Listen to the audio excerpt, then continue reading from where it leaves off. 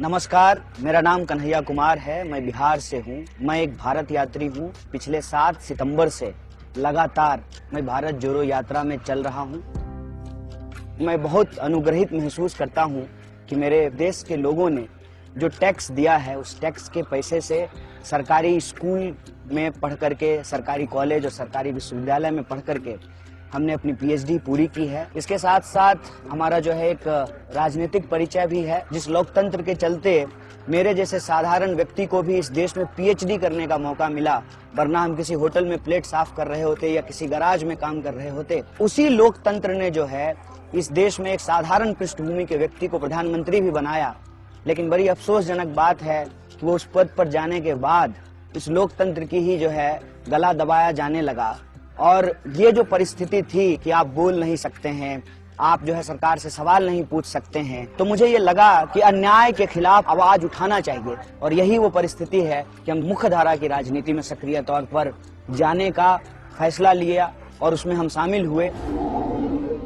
आज के डेट में सामाजिक आंदोलन और राजनीतिक परिवर्तन ये हमारा पेशा बन चुका है। तो हमने तय किया कि जब देश में इतना बड़ा संकट है तो देश की सबसे बड़ी विपक्षी पार्टी जो है उसके साथ हमको जुड़ना चाहिए। और यह सिर्फ मेरा मत नहीं है, जो व्यक्ति भी ईमानदारी से आज राहुल गांधी जी के काम को देख रहे हैं वो एक बात स्वीकार करते हैं कि एकमात्र मुख्य धारा का नेता है जो बिना झुके हुए, बिना डरे हुए ईमानदारी से सत्य के लिए अपनी आवाज बुलंद कर रहा है।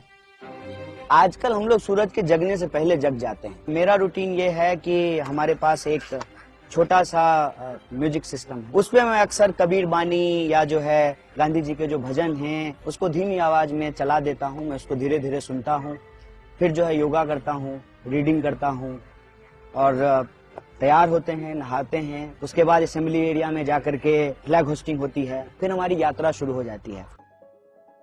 लोग आते रहते हैं, मिलते रहते हैं, सेल्फी खिंचाते हैं, फोटो खिंचाते हैं, उनसे बातें करते रहते हैं। अगर पॉसिबल हुआ बातचीत करना अंग्रेजी या हिंदी में तो थोड़ा कॉन्वर्सेशन भी करता हूँ। बाकी इस तरह से हमारी यात्रा जो है सुबह से शाम तक कंप्लीट हो जाती है।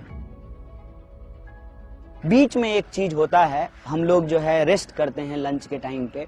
मैं अक्सर जो है हमारे पास एक छोटा टॉवेल है, उसको अपनी आंख की पट्टी बना करके थोड़ा सो लेता हूँ। फिर हमारी दूसरे सेशन की यात्रा होती है। शाम को अक्सर जब हम लोग यात्रा समाप्त करते हैं तो कोई ना कोई एक्टिविटी होती है, जैसे किसी टॉपिक पे लेक्चर होना, उस पे कई बार जो है मैं स्पीकर होता हूँ, कई बार उसमें पार्टिसिपेंट होता हूँ। तो कुल मिलाकर के मोटा मोटी यही रूटीन रहता है सुबह से। मैं इतना कहूंगा कि आपको अगर लगता है कि आप कोई चीज डिजर्व करते थे और सिस्टम के चलते आपको ये चीज नहीं मिल पा रहा है, चाहे नौकरी हो, सम्मान हो, जिंदगी जीने की जो बुनियादी चीजें हैं, तो आपके पास यह ठोस आधार है कि आपको इस यात्रा से जुड़ना चाहिए।